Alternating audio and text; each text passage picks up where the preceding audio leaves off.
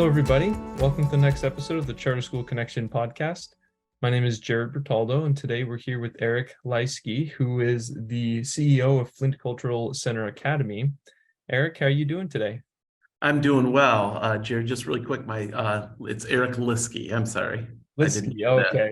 Pronunciation was off there. My apologies. Good. So Eric, tell us a little bit about yourself and how you got involved in education. Sure. Well, interestingly enough, initially I was not planning to pursue education as a career pathway. I started college with a vision of studying finance and accounting due to my parents having a small family business. I quickly realized that the money I was spending on tuition wasn't teaching me anything that my father had not already prepared me for, at least at those early stages of finance and accounting in our small family business. And I was quickly losing interest and not as focused as I should have been as a student.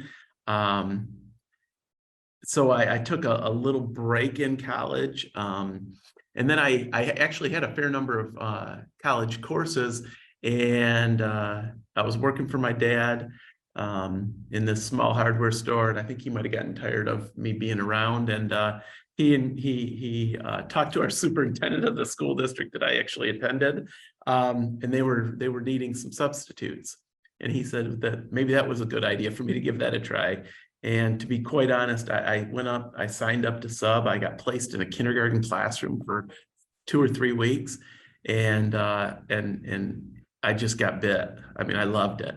The opportunity to engage with the students and have an impact on their lives was something unlike anything I had ever experienced before. And I quickly changed my college pathway to begin studying elementary education. So I finished up my college degree.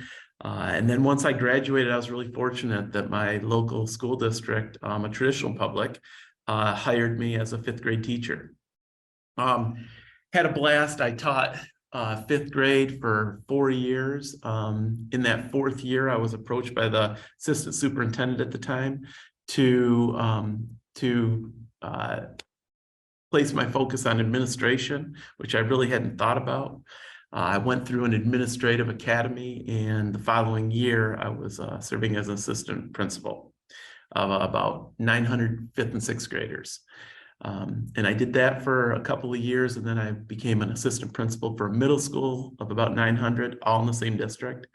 And then I took over an elementary school with about 650 kindergarten or 1st grade through 4th graders, again in the same district. And then I became the assistant superintendent for curriculum and personnel. In the meantime, I had received my master's degree in curriculum instruction assessment, and was the assistant superintendent for 3 years. And kind of surprisingly, my superintendent told me he was going to retire, and he thought it was a good idea that I start prepping to apply for his position.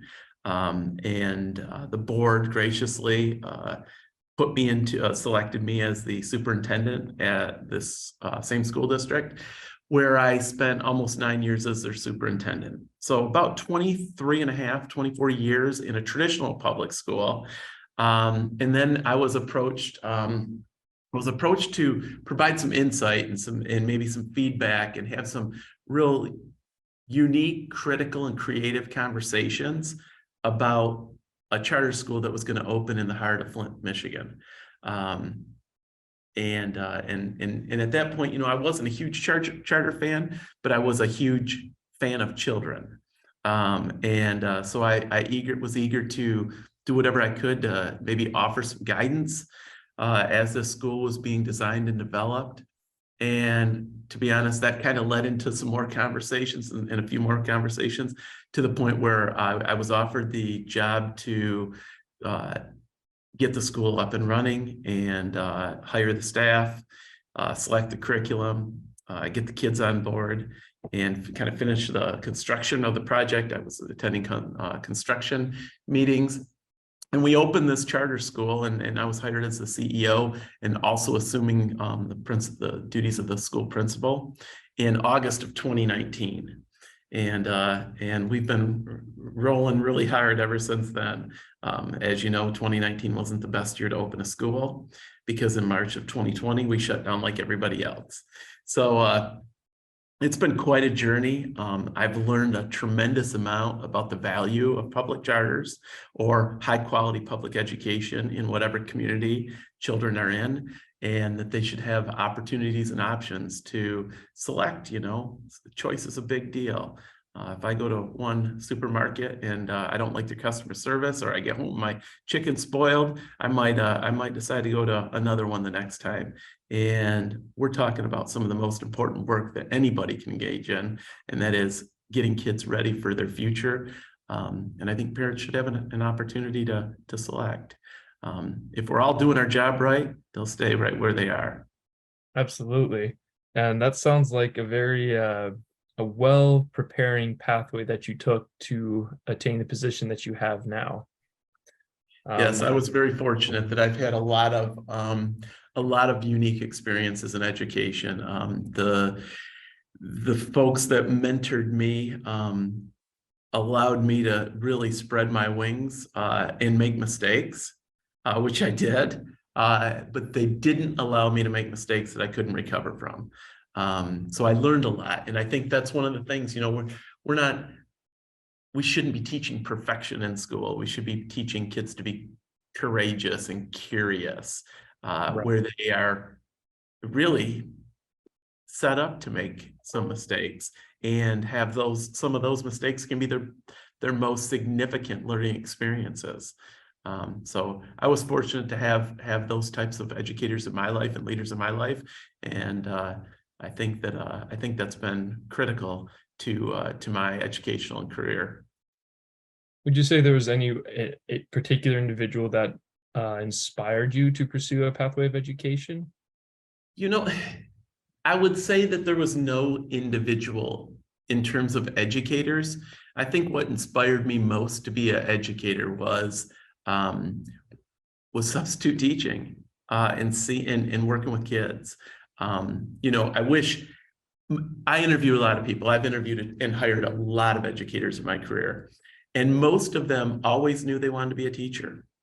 Had these wonderful school experiences, and they were teaching stuffed animals if they were elementary kids. If they were elementary certified, they were teaching stuffed animals in their parents' basement as little boys and little girls. That was not me. I was not connected to school like most of the people that I hire. I went to school to socialize. I went to school for sports.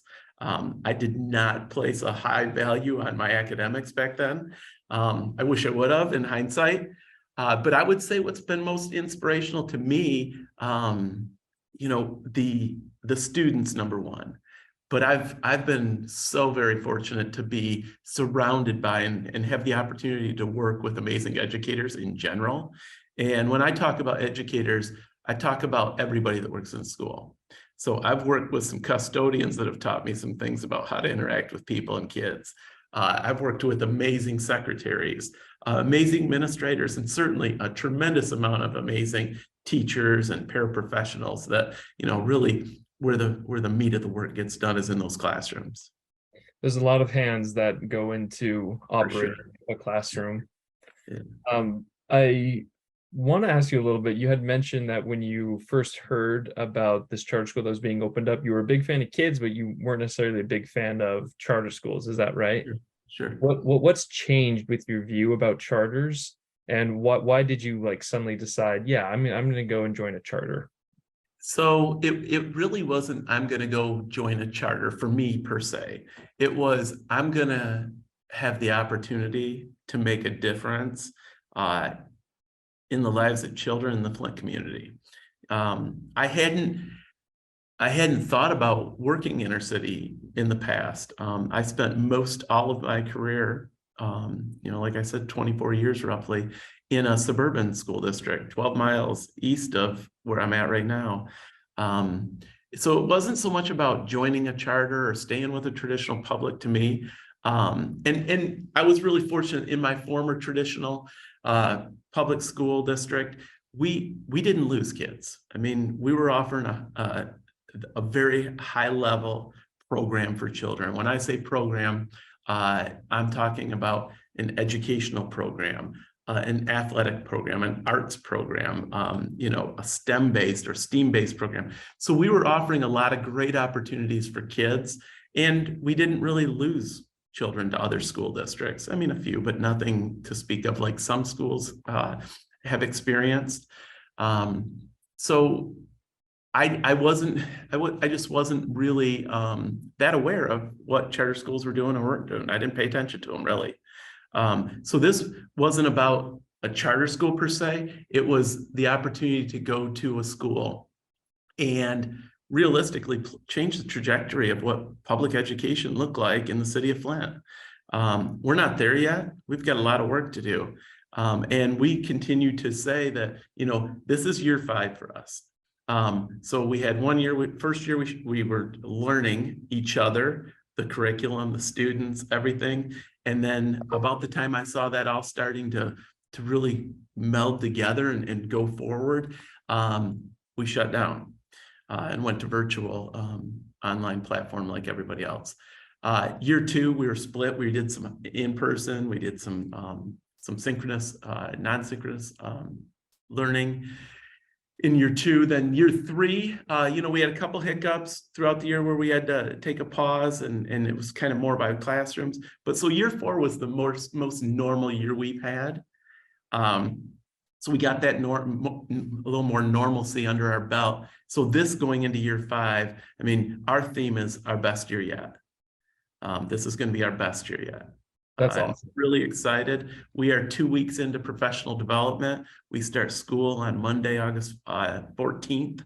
So we're getting ready for game time. So I'd like to ask, as an administrator, when you are hiring a new teacher, what qualities do you look for? And how do you know someone might be the right fit for the job? Absolutely. So for me, it's all about relationships. If they can build relationships, genuine, positive relationships with kids, that's my first and foremost interest in the right teachers, how I figure who the right teacher is.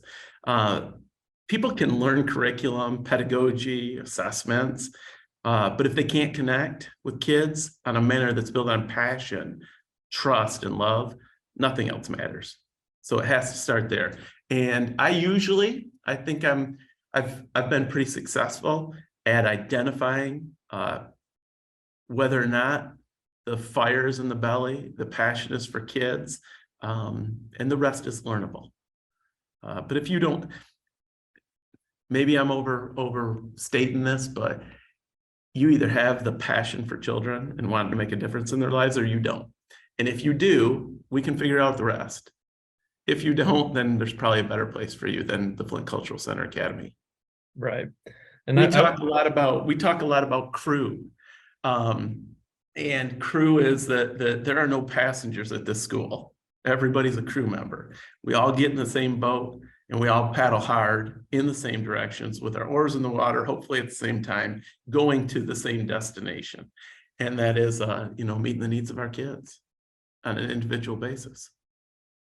Yeah, I think that you have a very strong mindset with putting the kids first. And so it's definitely something that you would want to see reflected in your staff members if you kind of want to maintain that view for your school. On a similar level, how have you worked to involve parents in the classroom? So we have work to do in that area. To getting parents in the classroom, we have some work to do. However, I think the way we built relationships with parents, we're doing it right. So our staff are very visible with the parents. At the Flint Cultural Center Academy, we don't offer transportation at this point.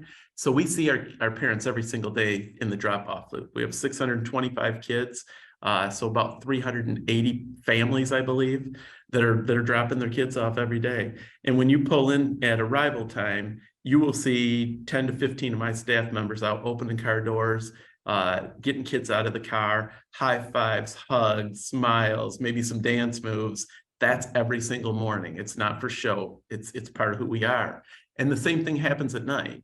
we put at dismissal time. We're loading kids in and telling them to have a great day. We're connecting with parents and bragging on kids and asking for a little help for parents every day. The parents at the Flint Cultural Center Academy are so committed and so supportive of what we're doing, because I think they see our heart and they see that we are here for their children.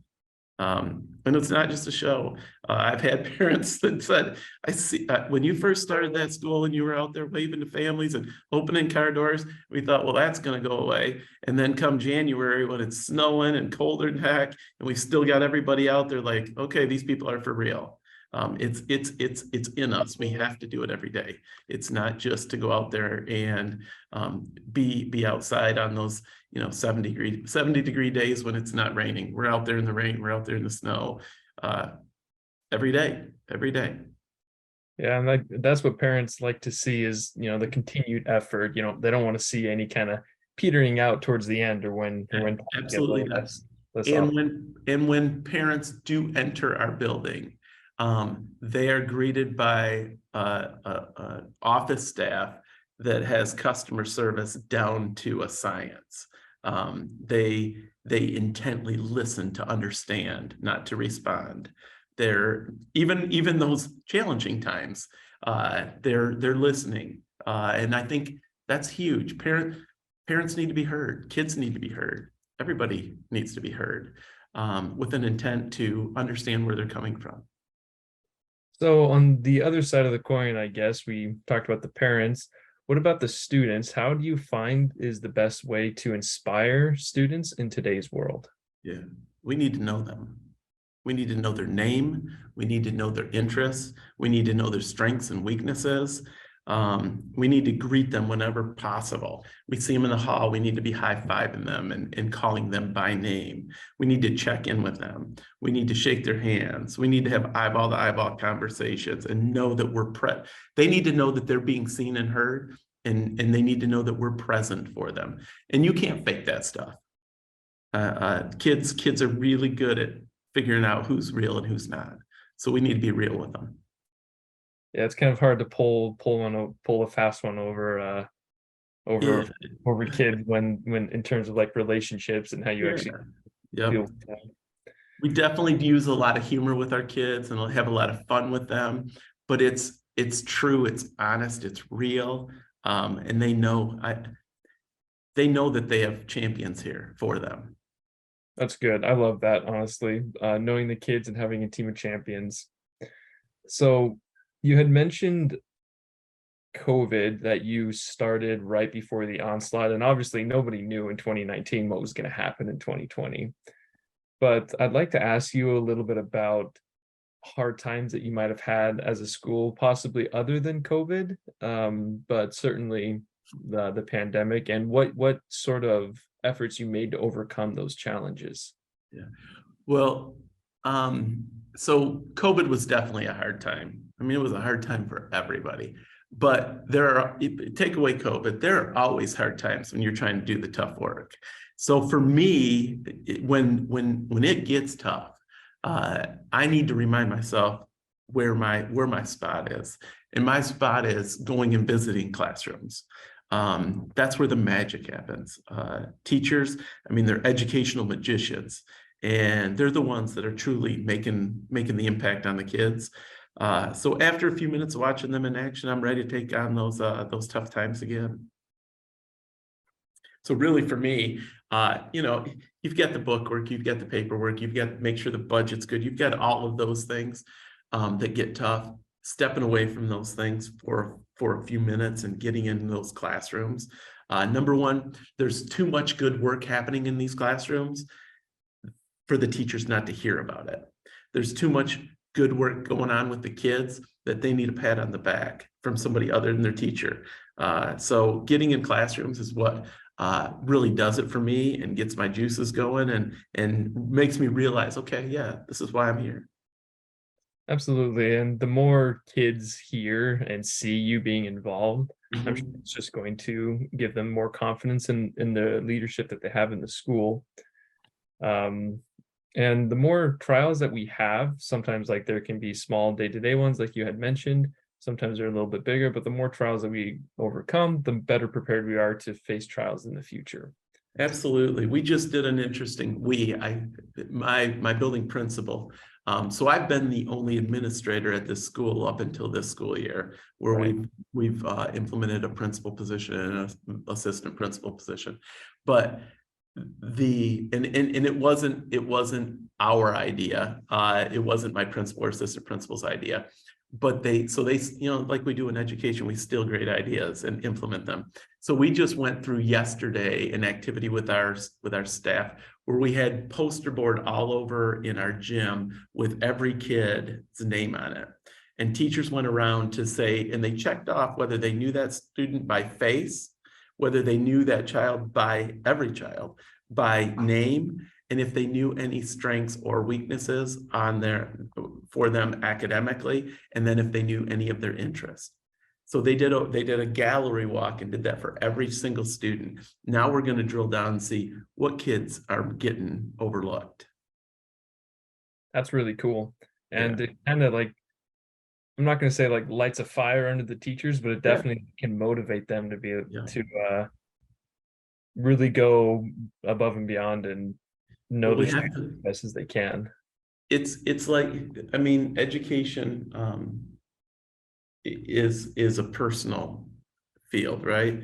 And we, even when we look at student achievement and growth data, we put names right on that data so that everybody knows, okay, this student, we know who this student is.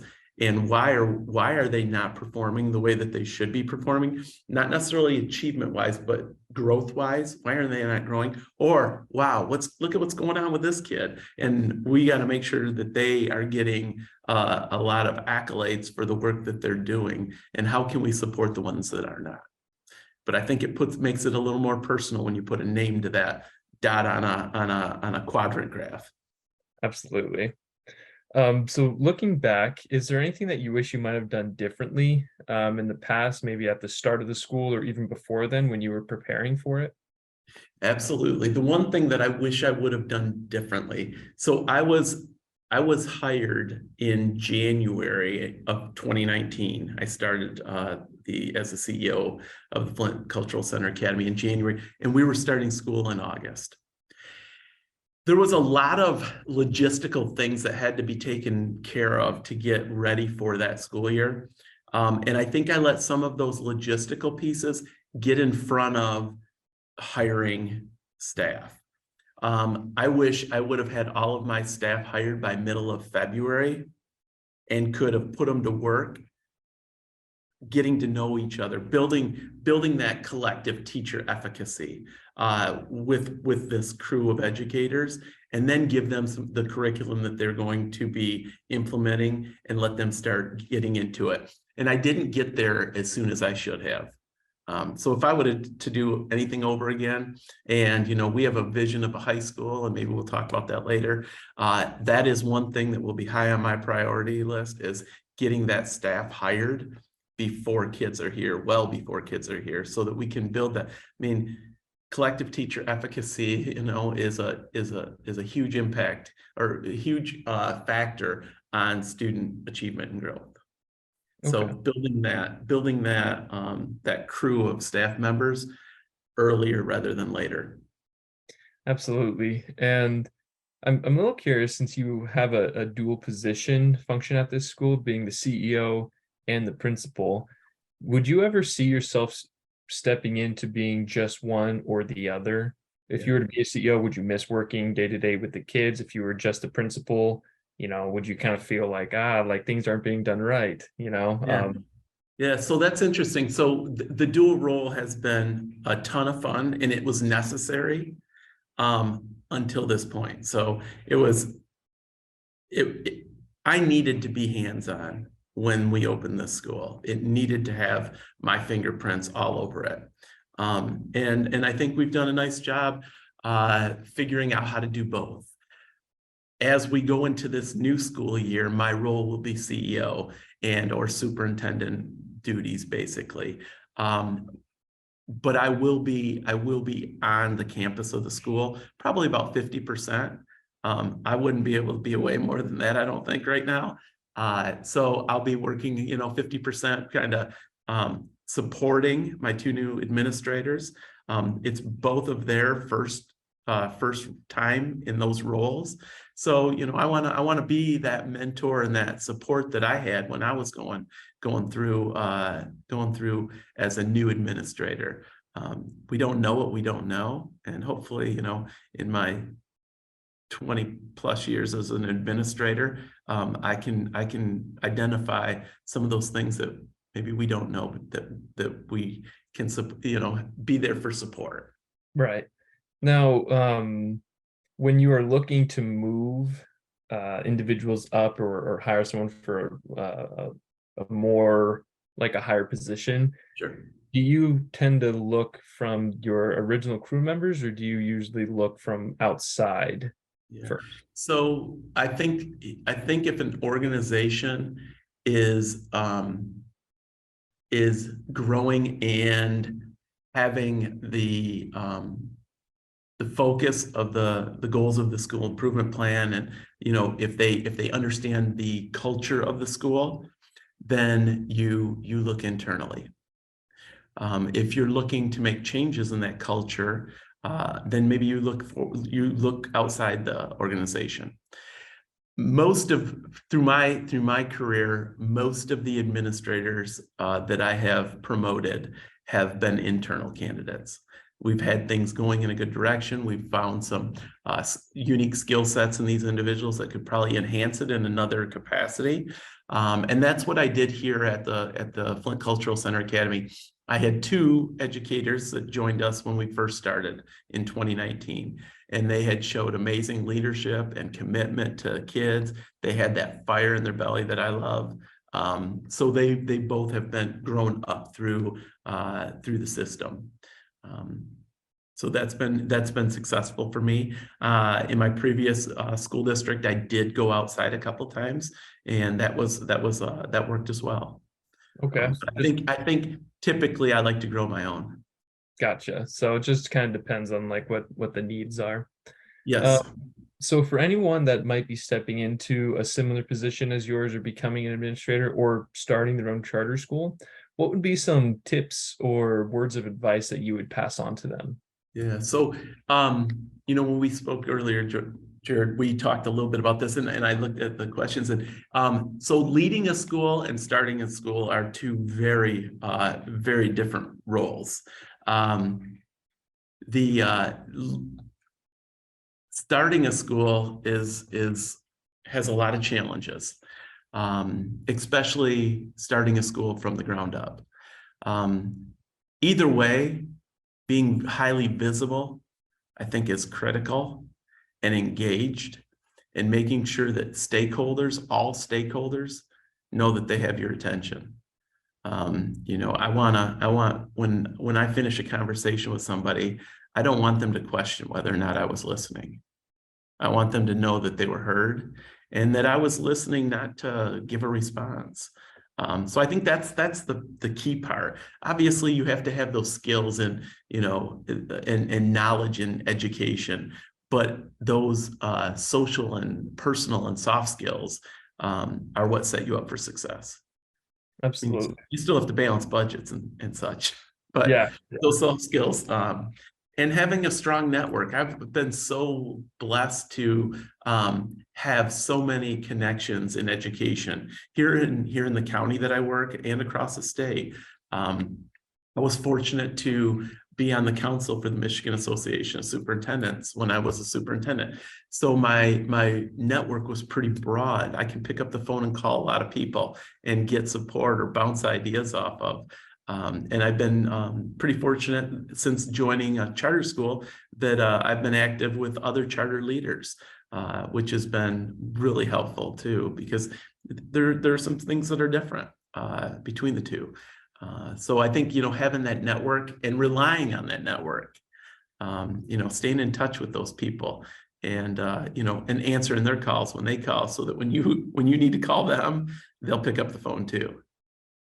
Absolutely. This is kind of a fun question. I feel like oftentimes we could do a whole episode just based off of this idea alone, but is there anything that you would like to see happen either in the local, state, or federal level of government that might empower charter schools or the public education in general? You know, one thing that really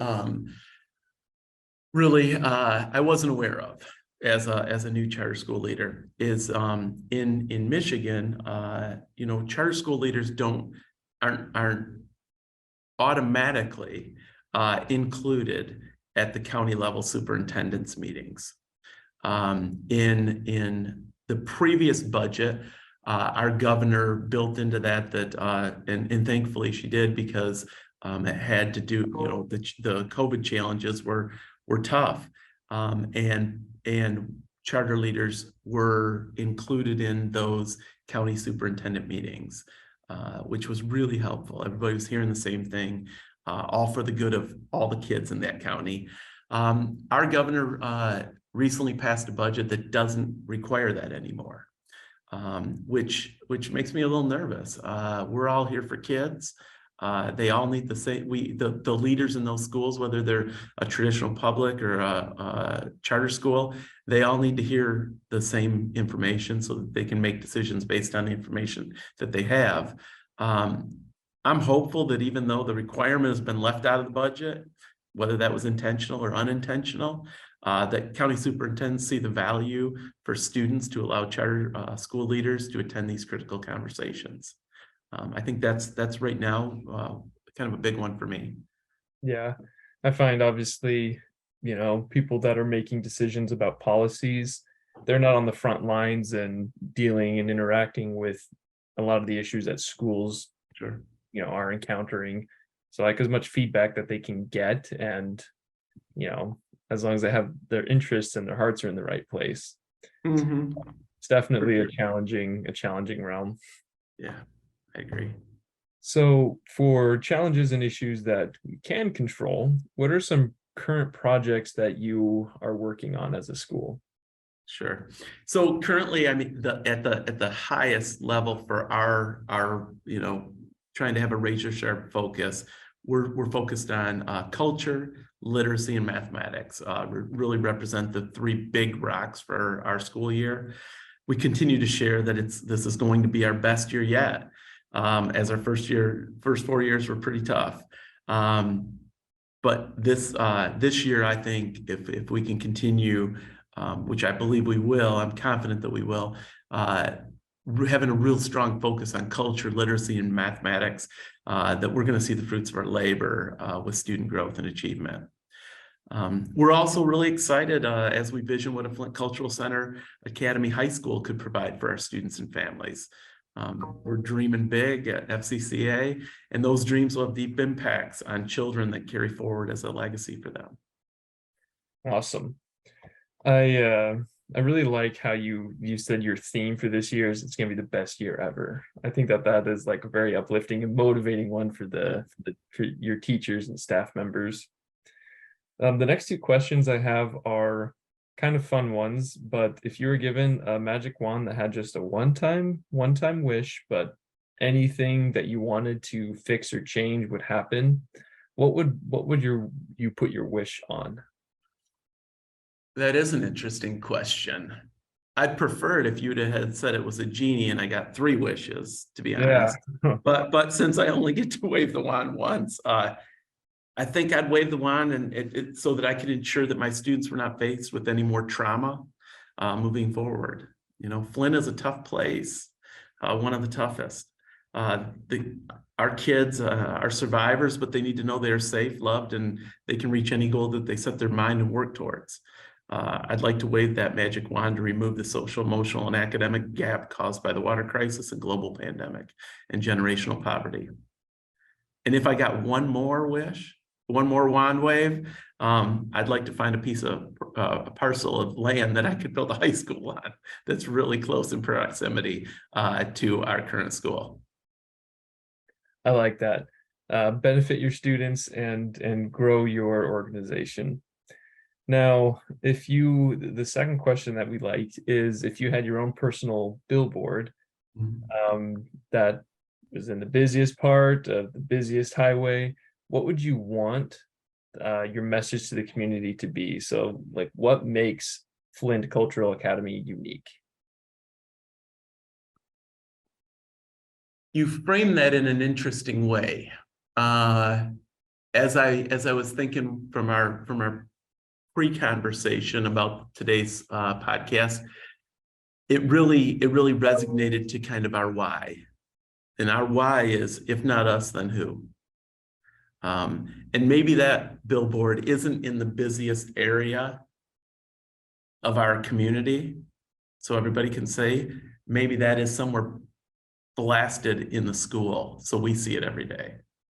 I'm not really huge on advertising.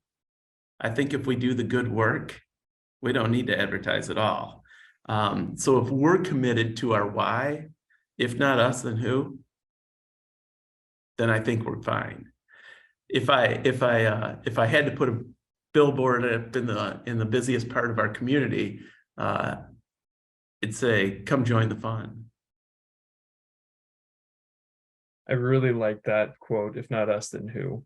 I think that's a great attitude to have, being an educator. It really is one of the most important things that we can do as a community is to educate and prepare the children for the future. And, if you're not going to do it, like, who is then? And Right. ideally, someone that is of a sound mind and a good spirit that's going to do a good job and care about the work that they are doing. And after speaking with you, I definitely think that you fit that bill. I think your Thank you. community and your school is very lucky to have someone like you at the helm. Thank you. It's I feel pretty privileged to be able to lead this school. Eric, is there any other, we're at the end of our questions, but is there any other funny stories or experiences or something that you would like to share with us? Oh, there are funny stories that happen every single day in every school throughout the country, I'm sure. And probably some of them you can talk about, and some of them you probably shouldn't say anything about. That's one of the great things about working with kids and educators, is because every single day is different. Kids aren't widgets, they're humans. And they come with their own unique and genuine personality, and hopefully we can mold that a little bit to prepare them for whatever it is that they're passionate about and can be successful doing. And success is certainly an individual thing. So as long as it's successful for them, and they're enjoying it and able to live a happy and fulfilled life, I think we've done our job. Gotcha. I actually thought of a question. You kind of just answered it, but for you, what makes you feel like you're being successful? Like what kind of results do you look for that give you that feeling like, hey, I'm succeeding? So when we built the school, I was really, really clear with my team that I'd hired that the first thing we have to do is build an amazing culture. Everything else will come after that. We need to build an amazing culture. And I think they bought in. They bought in. And I see the fruits of that. And I'll just use the last 3 evenings as an example. We had an amazing turnout. So on Monday night, we had our middle school open house. Tuesday, we had our grades, kindergarten, first and second. And then last night we had grades 3, 4, and 5. And seeing those kids return to school, and we're on a balanced school calendar. So in Michigan, we're starting a little bit earlier than most schools, August 14th. Traditionally, most schools start after Labor Day, although we're seeing a few more trying to do the pre-Labor Day start. But seeing my staff getting hugs and high fives and the smiles out of the kids, it just showed that the culture is moving in the right direction. Kids want to be here. We have an approximately 94% daily attendance rate, which is very strong at any school you look at, but in an inner city school, it's exceptional. And we don't have transportation. 84% of my kids have a Flint zip code. We have a high poverty rate. We have committed parents that want something better for their kids. So I think the culture's the culture's moved in the right direction. Now the real work is to raise those literacy growth scores and math growth scores. Absolutely. I think that's very indicative that the parents believe in want to support their students, but they also believe in your school. The one thing that we didn't touch on is the unique location of our school. So our school sits on the campus of the Flint Cultural Center, and that cultural center is made up of some amazing institutions. An interesting fact about Flint, about 85,000 population, and they have these institutions like the Flint Institute of Art, the Flint Institute of Music, the Sloan Museum of Discovery, Longway Planetarium, the Glory Coles Flint Public Library, Applewood Estate. The Flint Cultural Center Academy is positioned right in the heart of all of those. We're actually directly connected. You don't even have to walk outside to go to the Flint Institute of Music. You don't have to go outside to walk into a museum. So we utilize partnerships heavily. So we have partnerships with all of those institutions. My students receive music instruction, dance and theater, band and orchestra through the educators at the Flint Institute of Music. My kids receive their art instruction from our educators at the Flint Institute of Art. The museum and the planetarium support my teachers in enhancing the science and social studies curriculum. We do not have a library in our school, so our kids go across the street to the Flint Public Library. These resources are just amazing spaces for our community, but I'm a little bit selfish that they're also great spaces for my kids. Well, of course, I think you guys have a unique opportunity to take advantage of things like that, and I think that is wonderful, and it's all to the benefit of the kids. And sure. I know that when I was young, I'd be all over if my school was like nearby a planetarium. That would be so much fun for me. So having them be able to explore their different interests in the art and in the theater and in astronomy and all of that, that's wonderful. Well, Eric, we're nearing about the end of our time, and so I guess if there's anything else that you would like to say. I know I already asked that question, but no. You know what? I've just enjoyed the opportunity to share a little bit about the Flint Cultural Center Academy. It's a very special place with very special people, and I'm just each day more and more enthused at where this is going to go. For sure, I think you're doing a good work, and that it shows. Thank you. Thank you so much for your time. And to all of our viewers, thank you for tuning in with this episode. And we hope to see you next time on the Charter School Connection podcast. Thank you.